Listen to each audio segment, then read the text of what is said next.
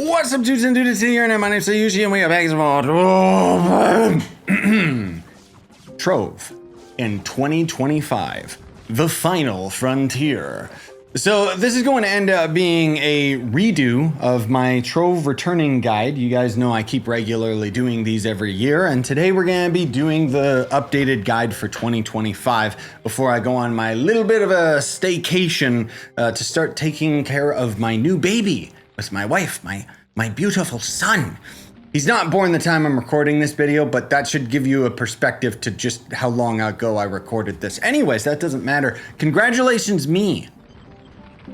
Okay, let's get it started. So there's a lot of things that we're going to end up talking about today, namely class reworks, taxes, all of this stuff. But I wanted to start going into the new tutorial, which is probably the worst decision the devs ever made.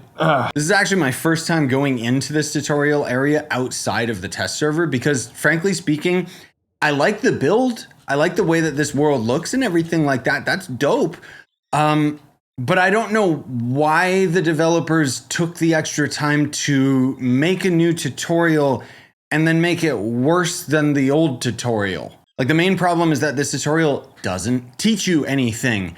And all I can really see its benefit is the fact that it retcons Daughter of the Moon and Toddstrom completely out of the game. Like, it teaches you to talk to Cubesley, teaches you about steed feet, not really. I'm already kind of seeing some problems with this tutorial because what if some other player went through here collecting all of the resources that we need in order to complete this tutorial in the first place? Like, look at the map. Most of these dungeons are already done. At the very least, it does try to teach you mining and getting shapestone, but like, I don't know why they have quest icons all over the place and then they don't have one here for the Horseshoe Forge. Anyway, yeah, this tutorial doesn't really teach you that much, and I don't have time for this. So to talk about the more relevant things, I did kind of already have a video highlighting this where I talked about Trove 2024 versus Trove 2025. Suffice to say, last year was pretty worthless as far as Trove's overall progression, and I'm assuming most of you returning players have been away from the game for probably a lot more longer than that.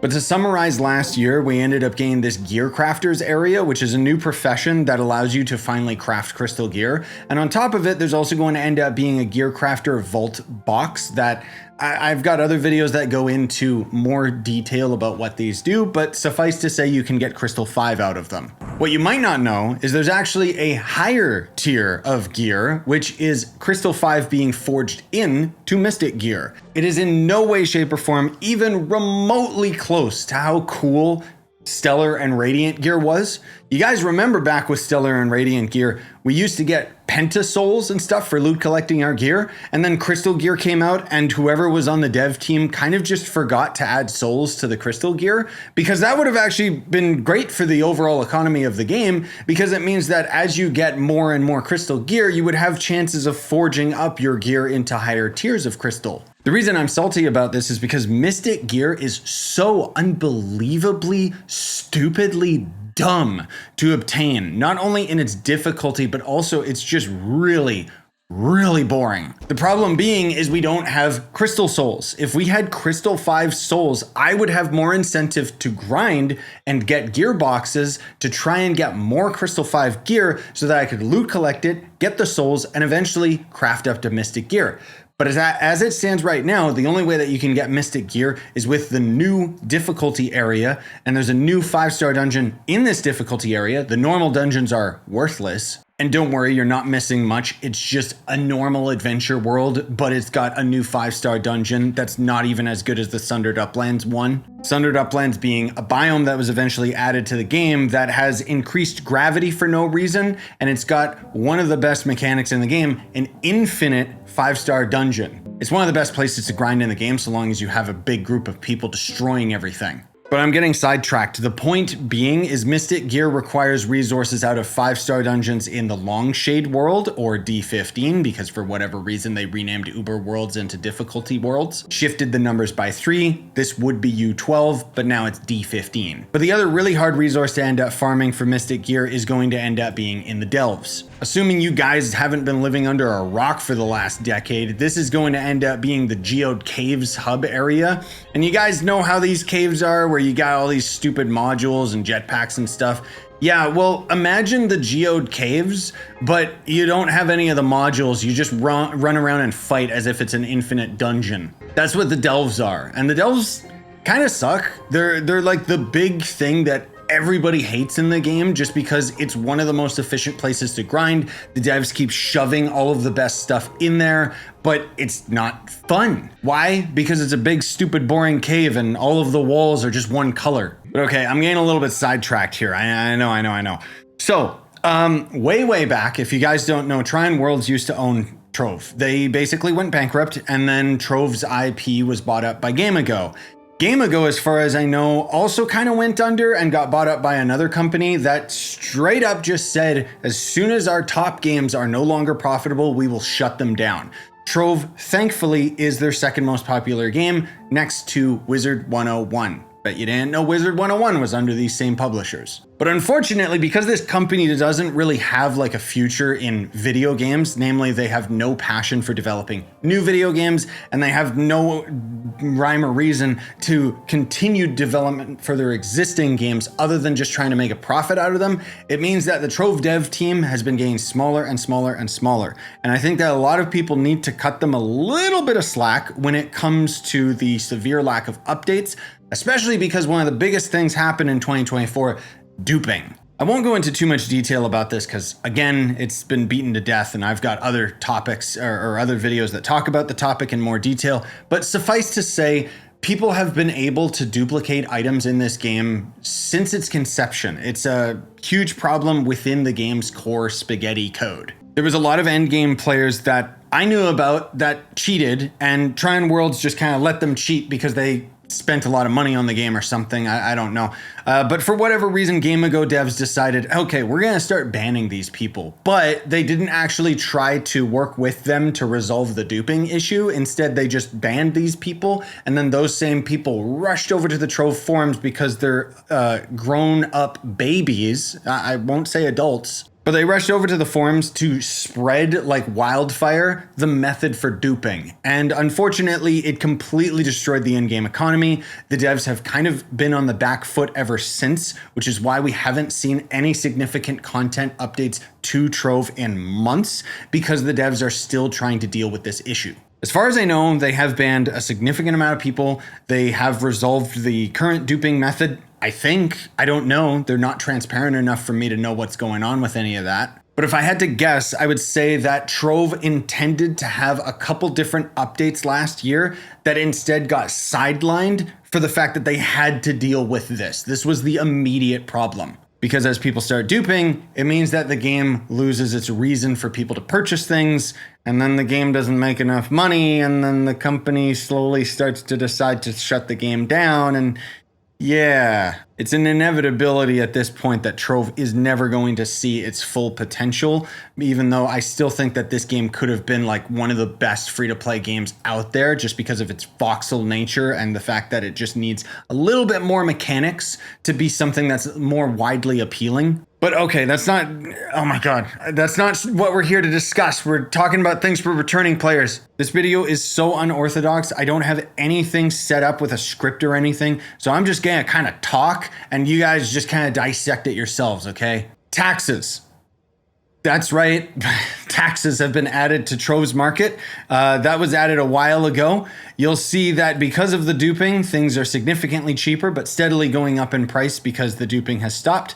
When you try to sell an item on the market, you can see its lowest value, its highest value, and then as you end up punching in the value that you want to try and sell it for, either per unit price or total price in general, if you try to sell more than one of them, you will see the listing fee, and you will end up getting taxed a certain percentage of the flux when an item actually sells. Seems like nobody bought my aura. Oh my God, okay, because people duped this. Yeah, there's no reason that should be that cheap. But okay, you guys know Bomber Royale? Yeah, well, they ended up adding Season 3. Maybe you weren't even around for Season 2. Essentially, there's going to end up being a really, really good mount that you can get out of Bomber Royale Season 3, the Volatile Bounder. This mount, if you press the attack button while you're on it, jumps an equivalent of 10-player jumps. It's really, really helpful for the verticality that you need for endgame.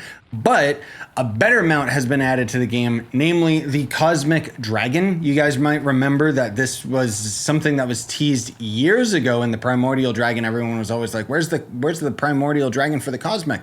Well, it's here, and some idiot on the dev team misclicked and made it cost 3 diamond dragon eggs because unfortunately, a big problem with the developers is as they add new stuff to the game, they don't want freaks like me that have been playing this game for a significant amount of time to get the new shiny item right away.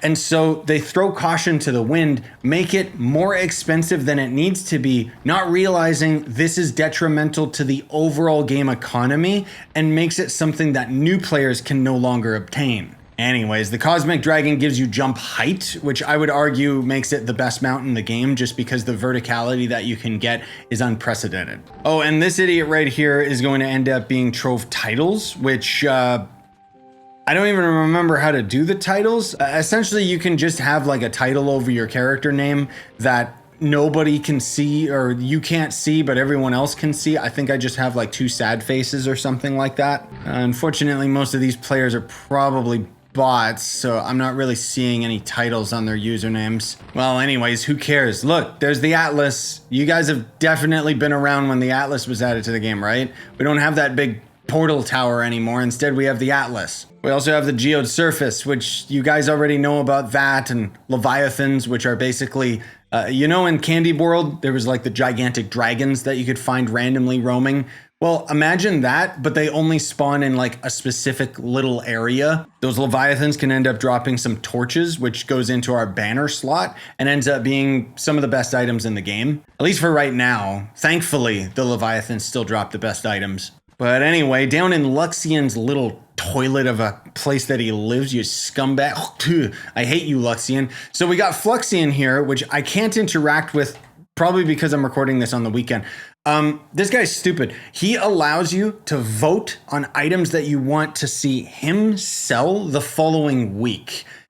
But he doesn't have them at a discounted price. They're extremely expensive. So I never take advantage of this guy. I thought he was going to be like a huge game changer for the game because a voting system. What? Are we voting on items that we want Luxion to sell? No, nothing interesting or cool like that. We also got Mr. Carlos Pinzo or whatever. He just sells a bunch of overpriced crap that doesn't do anything that's worth talking about. We also have the Curio merchant, and this is, oh, there's some new stuff, and that looks kind of cursed. Is that an ally? I hope it's not an ally. I hope it's a mount. This Curio merchant, I hate this Curio merchant. I think it's actually a really cool idea, just executed so wrong. No, it is an ally. Well, who cares? Anyways, there's basically going to end up being 1 item you can get for cubits, then there's a couple items you can get for credits, which is always overpriced. These are allies for 500 credits, by the way. And then in 3 days, this will cycle out for a different item. The reason being is you have to collect everything in the set in order to unlock this last item. So this is literally just to trick people that are chasing mastery. In short, this merchant is what Trove packs used to be, but taking all of the items and selling them individually for a higher value. Oh my God, look at the time. Okay, so up over here, we've got the Astrolabe. This is going to end up being the Trove skill tree, which I've got another video that's gonna go into detail about all of this stuff. Essentially, the skill tree just gives you passive stats, most of all movement speed, more damage. There's going to be a bunch of allies and mounts and mastery and stuff that's buried in here. It is extremely time gated on top of like everything else that's super time gated in this game, like the stupid dragons. Oh, and there's also a couple other professions that were added to the game. So there's going to end up being this one, which is the Karma one.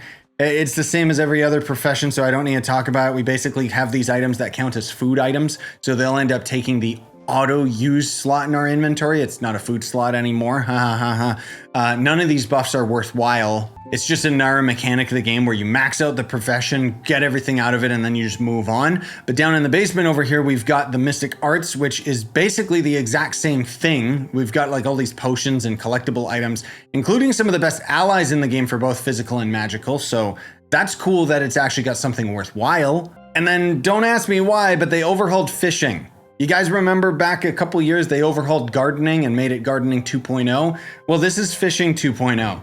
It's tacked on, doesn't make any sense, and for a freak like me that has been playing this game for so long, I already got my 15K fishing badge years ago. I don't want to farm for more fish just to grind this stupid thing. I will say though, if you've never fished in the game before, I do appreciate that this fleshes fishing out a lot more. Okay, where are we? There's also all of the classes ended up getting reworked. This is something that happened a long time ago. You guys might remember it, you might not. But essentially all of the classes slowly got picked apart and got reworked. Shadowhunter was, I think, the most recent one, and that one was a very significant change. No, maybe Gunslinger was the most recent one. Yeah, that's right, because everybody hated how weak Gunslinger was, and then the devs reworked Gunslinger, and it didn't do anything. It basically still is one of the worst classes in the game, unfortunately. Like, the point being is when they reworked most of the classes, they actually like changed a lot of their abilities. Like Shadowhunter is completely different than what it used to be. Some of the classes didn't get as much love as the Shadowhunter in that regard, but Gunslinger was the absolute worst, where we didn't see any of his abilities change. All they did was adjust some numeric values, and for whatever reason, they didn't actually listen to player feedback for those numeric values, so they just kind of bumped it up a little bit and called it a day, even though everyone was like, the class still sucks, but the devs were out to lunch by that point. I'm assuming most of you already know that the Bard was added into the game, which is basically this class that is constantly casting a bunch of different abilities to keep various buffs on him and potentially your allies. But then there's also the Solarion, and Solarion is kind of like the big brother to the Shadowhunter. I've got plenty of videos talking about Solarion. I don't really like him as a class, if I'm being perfectly honest. I feel he's just way too slow, but he is significantly stronger than most of the classes in the game. As of right now, if you're just kind of wandering into this video and you're like, who's the best classes? If I had to pick out of the, just the top of my head, I'd say Solarion is the best boss killer. Boomeranger is the best for like end game dungeons because it's not only a good boss killer, but it's good for groups as well. For speed farming, it would still be Neon Ninja, Lunar Lancer, but I personally would say Shadowhunter because Shadowhunter has this dash and movement speed boost.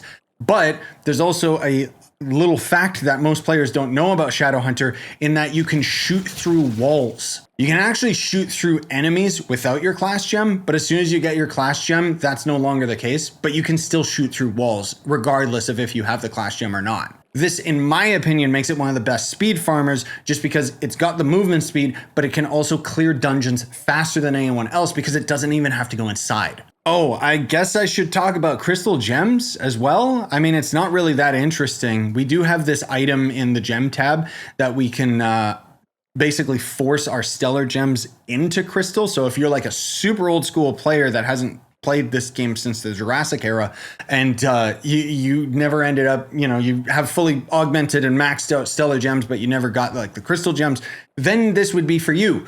But if you're new to the game or if you never ended up having like fully maxed out stellar gems, it's not really worth getting this gem converter because in order to get the amount that you need, it costs like a crap ton of qubits. There's also the Paragon levels, which, I mean, I guess I can talk about this. I feel like I talk about it in all of these videos, but over here, we've basically got crystal rings now, and these are this was probably the best implementation that they could have ever done with rings because these boxes are all tradable.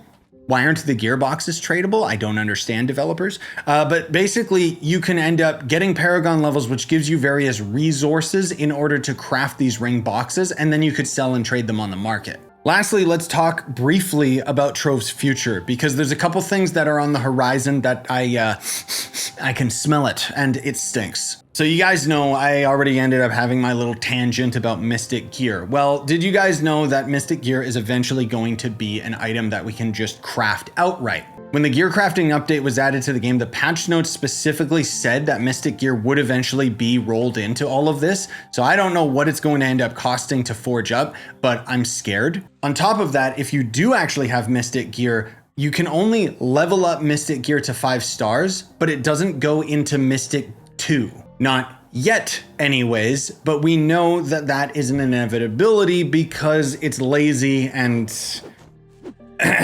easy to add. Kind of the same as how we already knew Crystal 5 gear was going to be added to the game years ago, and then the devs lied and said, oh no, that was a mistake. That item wasn't actually Crystal 5, it was Crystal 4.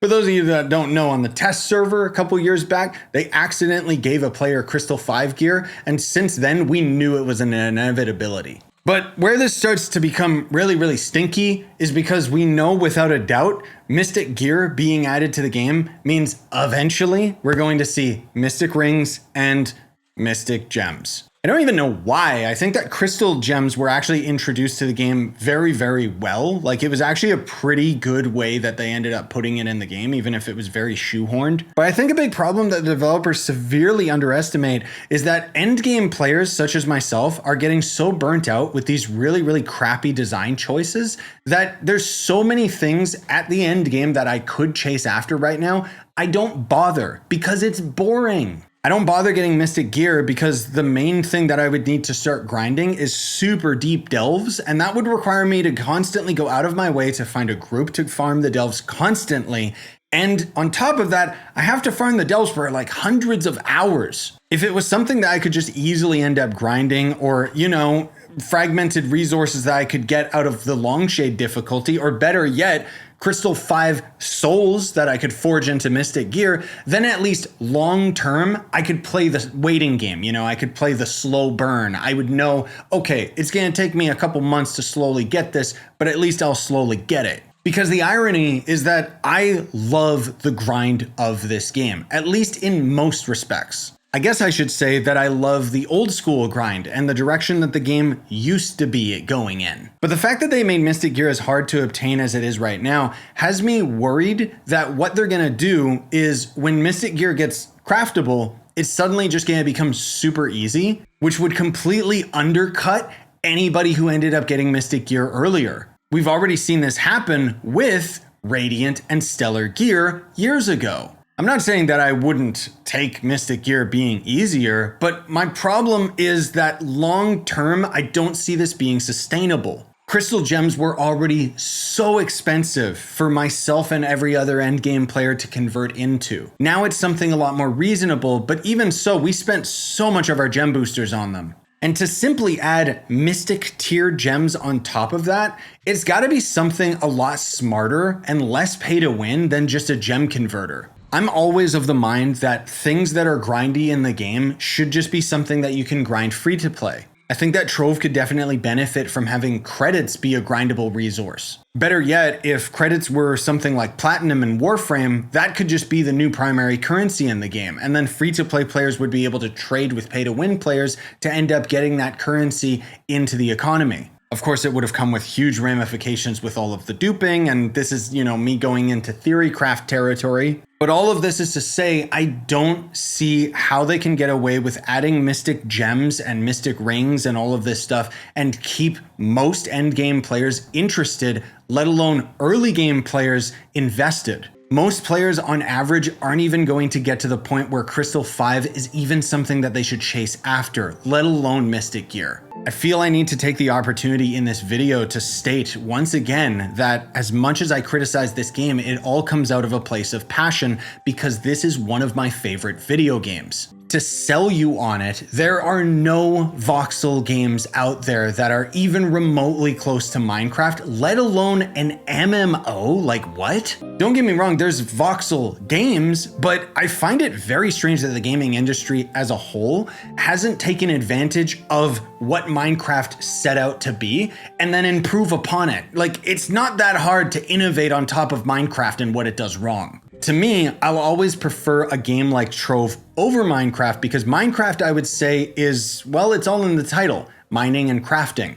Crafting is one of my least favorite things in video games because I don't consider spending time in a UI to be gameplay, which is why I appreciate Trove so much and why I have so much fun just going through dungeons. All I need to keep me invested in this game is something to grind that isn't stupid to grind. Furthermore, I still think that we need to see more classes regularly added to the game and potentially more biomes, because if the game loop isn't going to change anywhere or evolve in any way from just farming dungeons, then at the very least we need some more visually stimulating environments. I know that that kind of stuff is a lot more costly for the dev team to come up with versus just, you know, shoehorning in some new profession that has like a whole bunch of pay to win garbage around it. But I do genuinely find it so strange that they don't invest more of their time in constantly making new classes because If I had to guess, I would say that the classes probably are what generates the most income for this game, because not only do you have a new character to grind, which can potentially give you hundreds of hours of playtime, but there's also so many different aspects of the game that all fuel into the class system, like the skill tree and gems and gear and stuff, which all technically has their own pay to win aspect. Anyways, this video got a little bit derailed here, so I'll just say thank you for watching. I appreciate so much the support that you guys have given me over the years, and I appreciate so much that I can still play Trove for my full-time living. I would still recommend that you guys check out my other videos because, frankly speaking, I've been playing Trove so much that I'm really struggling with trying to come up with fresh ideas like this. But I hope that in some small way you can still hear the passion that I have for this game, and I still hope that the devs can get it together soon. I don't expect it, but I'm hopeful. Anyway, smash like, subscribe, notification bell, all of that stuff. Have yourselves a wonderful day.